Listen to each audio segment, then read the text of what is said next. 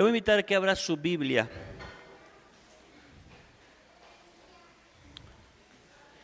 en el Salmo 137.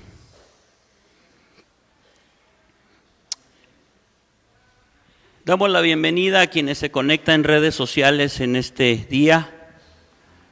Hoy compartiré un tema que le titulé Tierra de Extraños. Y le voy a invitar a que abra su Biblia en el Salmo 137, capítulo 137, versículo 1 al 4. Voy a dar lectura. Junto a los ríos de Babilonia, allí nos sentábamos y aún llorábamos acordándonos de Sión. Sobre los sauces en medio de ella colgamos nuestras arpas, y los que nos habían llevado cautivos nos pedían que cantásemos, y los que nos habían desolado nos pedían alegría diciendo: cantadnos alguno de los cánticos de Sión. ¿Cómo cantaremos cánticos de Jehová en tierra de extraños? Esta imagen que puede usted formar en su mente, en su imaginación, se da lugar en la región de Babilonia. Estamos hablando aproximadamente en el año 586 antes de Cristo, en donde el pueblo de Israel fue conquistado, fue vencido por los babilonios a través del rey Nabucodonosor. Sitió la ciudad, derribó las murallas, prendió fuego a la ciudad, tomó cautivos y los llevó a Babilonia. Esto fue profetizado por Jeremías, el profeta Jeremías, que inició su ministerio en el 627 antes de Cristo. Significa que alrededor de 40 años el profeta Jeremías habló de este juicio contra Israel, porque Israel se había separado de Dios. Israel se alejó de Dios. Israel fue e hizo lo que quiso. Entró en la idolatría, entró en la práctica de pecado, se olvidó de los mandamientos establecidos a través de Moisés, y entonces estableció un juicio de parte de Dios contra Israel, profetizado por Jeremías. Alrededor de 40 años, le repito, fue esto profetizado. Y por la misma dureza de corazón y rebeldía del pueblo, lo que iba a ser un tiempo difícil se prolongó a 70 años. El versículo que acabamos de leer en el Salmo 137 es el único escrito de ese tiempo. Se desconoce con certeza quién lo escribió, pero es el único escrito que se encuentra de ese tiempo de cautividad en Babilonia. Hay un gran silencio de 70 años. Jeremías profetizó de manera previa, Ezequías profetizó durante, pero hay poco relato en esos 70 años, y este salmo es uno de ellos, donde expresa la condición anímica de los cautivos. Había llegado el cumplimiento. Lo que fue profetizado por 40 años, había llegado el cumplimiento. Tal vez un adolescente de 14, 15 años escuchó la profecía de Jeremías y probablemente por su imprudencia no la creyó e incluso la juzgó. Probablemente la descalificó. ¿Qué es descalificar? Decir eso no es cierto, eso es mentira, eso lo dijo Jeremías porque no durmió bien, porque anda de malas, porque es genioso, porque la trae contra nosotros. ¿Me estoy explicando? Pero el contexto de este salmo nos dice que lo que fue profetizado por Jeremías, llegó el tiempo en el que se cumplió. Ese joven, ese adolescente probablemente de 14, 15 años, ya tenía 55 años de edad cuando presenció la caída de los muros. Fue incendiado el templo, fue saqueado, fue destruida la ciudad y llevado cautivo todos los jóvenes, todos los niños. Fue saqueada la riqueza de la nación. ¿Se cumplió? Por supuesto que se cumplió. Hay un estudio que se realizó en el 2014, donde dice que hay 3 tipos de lágrimas. Una lágrima se llama basalés, así le pusieron. Y este tipo de lágrimas es aquella que mantiene lubricado su ojo. Cada que usted parpadea, ¿verdad?, está aplicando ese lubricante natural de su organismo sobre su ojo. Y esto es para mantenerlo hidratado y en perfecto estado para que usted pueda apreciar e enfocar su vista. Esta lágrima se llama basalés. El segundo de lágrimas se llama las reflejas, porque está actuando ante un reflejo instintivo del ojo de protección. Cuando hay mucho polvo, mucho viento, cuando hay basurita que atenta contra su globo ocular, esta lágrima inmediatamente brota para expulsar lo que se quiera alojar en su ojo. ¿Me está escuchando? Y el tercer tipo de lágrimas se llaman lágrimas emocionales. Entonces las lágrimas emocionales son el producto de emociones desbordadas que lo llevan a que sea en abundancia. Pero junto con las lágrimas, su organismo de manera natural, así fue diseñado, su organismo de manera natural funciona soltando sustancias químicas naturales en su cerebro. Hay una sustancia que se llama prolactina. Hay otra que se llama adrenocorticópicas. Como trabalenguas, ¿verdad? Y otras más. Estos químicos naturales de su organismo, lo que provocan es que en medio de ese llanto haya una serenidad. Y es lo que conocen como se desahogó. Lloró y se desahogó.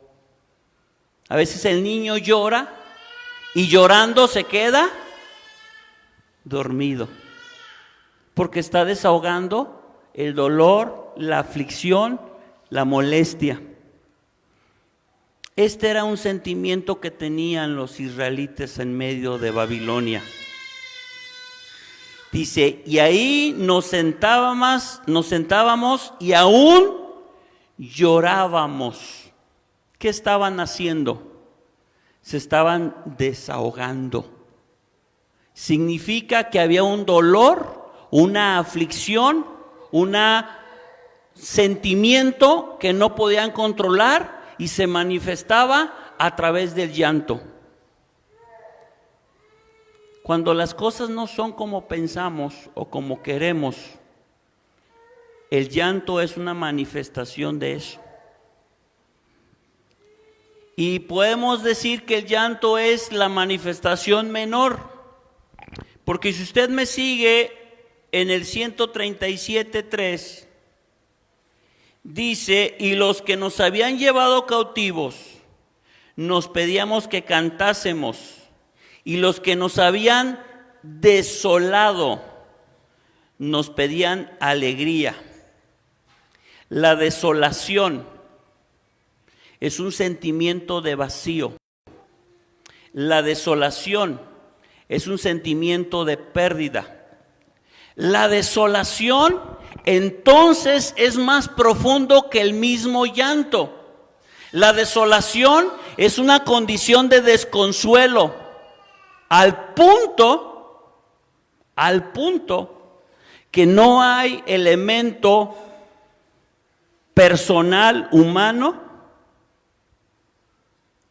que nos pueda sacar de esa condición por nosotros mismos.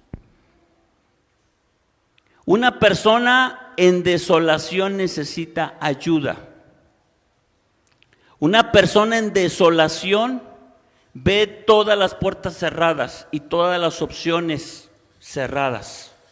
No ve forma de salir e incluso no tiene deseos, no tiene fuerzas para intentar salir de esa condición. ¿Me estoy dando a entender? Una persona desolada es una persona quebrada, es una persona derribada, es una persona que ya no ve opciones, ni siquiera busca las opciones. Un amigo que cayó en depresión me dijo, la depresión es tan fea. Él tuvo un episodio de depresión de más de un año.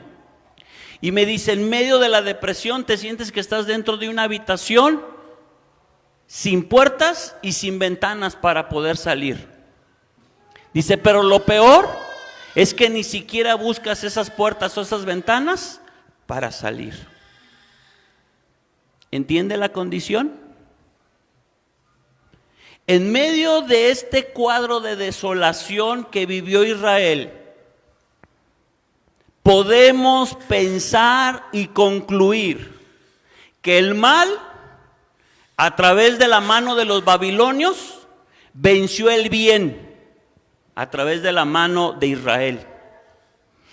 Vemos a Babilonia como esa tierra extraña, dura y difícil de sufrimiento. Cuando Babilonia fue instrumento de la mano de Dios para sacudir a Israel, por la condición de Israel. Es lamentable que tengamos que llegar a cuadros de desolación para reconocer que hay un Dios, para buscarle y acercarnos a Él. Porque cuando todo es próspero, cuando todo es salud, cuando todo es bienestar, vivimos el momento y olvidamos de Dios. Babilonia estaba siendo instrumento en las manos de Dios. 40 años atrás fue profetizado. Y aquellos que no creyeron, no se prepararon y estaban viviendo la condición que se les había hablado. Si el pueblo se haya arrepentido, si el pueblo había pedido perdón, si el pueblo haya buscado de Dios, Dios quita a Babilonia, a Nabucodonosor, a los babilonios, de ese intento de atacar a Israel. Pero en medio de esa pérdida, Dios estaba usando a Babilonia. Este profundo daño causado a Israel no fue más que consecuencia de la dureza del corazón del propio Israel. Ahora podemos ver a nuestro alrededor situaciones adversas y difíciles, pérdidas económicas, pérdidas de salud, pérdidas de bienestar, pérdidas de vida. Y podemos llegar a pensar que el mal está venciendo al bien, cuando aún ese mal es instrumento de Dios para atraer a sus escogidos. ¿Me está siguiendo en este relato? Por lo tanto, las tinieblas no pueden prevalecer contra la luz del Evangelio. Y la pérdida momentánea no puede ser mayor que la promesa de vida eterna en Cristo Jesús, Señor nuestro. Estamos en medio de una generación dañada. Estamos en medio de una generación que se está olvidando de principios, de valores cristianos bíblicos y está abrazando ideologías y corrientes que el apóstol les declara como corrientes de este siglo, influenciado por los gobernadores de las tinieblas. Es entonces donde la iglesia debe de surgir como la portavoz de vida y de libertad. Jesucristo dijo y declaró: el Espíritu de Jehová está sobre mí, por cuanto me ha ungido para traer libertad al cautivo y sanidad al enfermo. Y aun cuando no vemos la sanidad física, hay una sanidad emocional, espiritual, más valiosa que la misma sanidad física. Es necesario entonces que en medio de estas tribulaciones nos levantemos como agentes de transformación hacia nuestra familia, hacia nuestra sociedad, hacia nuestra nación. No podemos seguir inmersos en nuestro ritmo de vida, en nuestros propios objetivos, en nuestra propia propósitos de vida, alejándonos del propósito de Dios. Porque desde el momento que una persona te habló a ti del Evangelio, ahí estaba el propósito de Dios manifestándote a tu vida. El Evangelio de Juan dice: no queriendo que nadie perezca, sino que todos procedan al arrepentimiento. Porque tú tienes algo que testificar, porque tú tienes algo que decir. Porque en ti hay dones y talentos que el Señor ha puesto. Porque hay personas que necesitan escuchar a través de ti que hay una esperanza para esta sociedad contemporánea. Y el efecto avestruz no tiene lugar en el pueblo de Cristo. ¿Entiende cuál es el efecto avestruz? Quererse esconder mientras la turbulencia pasa. Cuando el avestruz solamente está escondiendo su cabecita y su enorme cuerpo está expuesto a ese peligro. Le voy a invitar en esta tarde que se ponga usted sobre sus pies. Son tiempos peligrosos, son tiempos riesgosos. ¿Quién irá? ¿Quién hablará? ¿Quién dará un mensaje de esperanza? ¿Quién dará una palabra que traiga libertad al cautivo? ¿Quién podrá decir: yo estaba como tú hace años? Yo estaba como tú estás ahora. Yo viví lo que tú estás viviendo. Es fácil tal vez para algunos, difícil para otros. Pero es necesario que todos participemos. El dar a conocer el Evangelio de libertad y de sanidad es la perfecta oportunidad que tienes para dar a otros lo que alguien hizo por ti. Hubo niños que entraron a Babilonia cautivos de brazos. Ellos no conocieron otra cosa que la cautividad de Babilonia. Los padres, los abuelos, es los que lloraban y añoraban a Sión, como le declara el Salmo 137. Pero los que entraron bebés o los que nacieron en medio de la cautividad no conocían otra vida.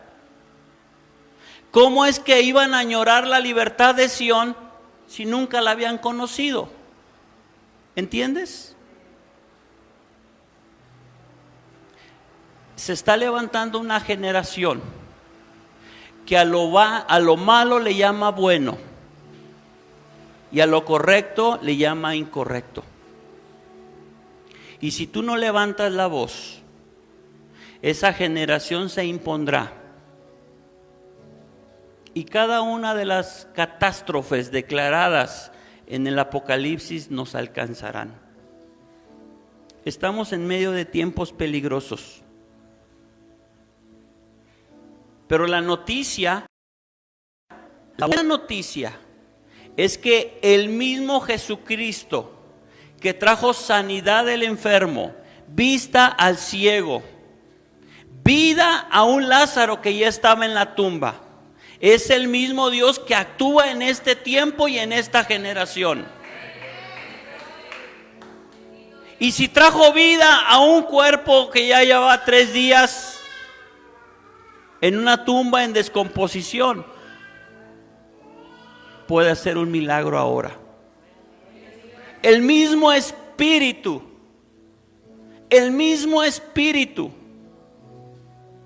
que se movió en medio de los apóstoles, es el mismo Espíritu que se mueve entre nosotros. Pedro dijo una verdad: plata ni oro yo tengo. Y la iglesia en la actualidad está tan afanada por la plata y por el oro, que se olvida de lo más valioso. Pedro dijo: plata ni oro yo tengo, no puedo darte lo que no tengo. Aunque tú me lo estés pidiendo y aunque en tu entendimiento eso es lo que tú necesitas, yo te voy a dar lo que yo tengo, una respuesta a tu condición, un cambio de vida, una transformación tal que nunca has conocido, porque ese hombre había sido paralítico de nacimiento.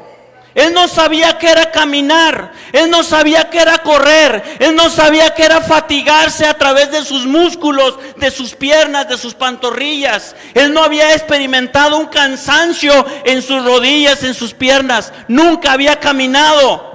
¿Cómo iba a añorar el caminar si nunca lo había hecho? ¿Cómo él podía pedir: Dios, permíteme caminar, si nunca había sabido cómo era caminar? Pero Pedro sí sabía lo que era caminar, lo que era valerse por sí mismo y no estar dependiente a que lo llevaran y lo trajeran. Pedro sí lo sabía y por lo tanto le dijo: plata ni oro tengo, pero lo que tengo te doy. Levántate. Hay tantas personas que necesitan ser levantadas por ti. No veas a los lados, no veas al frente, no veas atrás, no veas que alguien más lo va a hacer. Necesitas cambiar tu programación y decir: yo debo de hacerlo. Alguien lo hizo por mí, yo debo de hacerlo. Ya basta de solo alimentarme y recibir bendición. Ya basta de solamente estar viendo mi condición y llorando por lo que no tengo y menospreciando lo que ya tengo, dándole poco valor a lo que tengo y siempre añorando más y más y más y más, creyendo que ahí está toda la respuesta. Es necesario que seas una fuente en la cual fluya lo que Dios ya ha depositado en ti. Es importante que te dispongas a dar de lo que Dios ya ha puesto en ti. Consuelo, ánimo, palabras de aliento, una cita bíblica, una oración, una palabra de bendición. Todo eso puedes dar, todo eso puedes compartir. No hacer oídos sordos ante el llanto y ante la desolación de las personas en cautiverio. Israel estaba recibiendo lo que Dios le advirtió. Eso es lo que leemos en el Salmo 137. Y no es ajeno a lo que en medio de esta sociedad se está viviendo. Pero estamos tú y yo para ser instrumentos en las manos de Dios. Le voy a invitar a que cierre sus ojos a los que están presentes y quienes nos acompañan y siguen en redes sociales. Busca una iglesia, congrégate, lee tu Biblia, ora al Señor. Él te escucha. En la condición que tú te encuentres, Dios es respuesta para esa situación. Te bendecimos y deseamos estar en contacto contigo. Dios te bendiga. ¿Quiere elevar su voz? ¿Quiere elevar?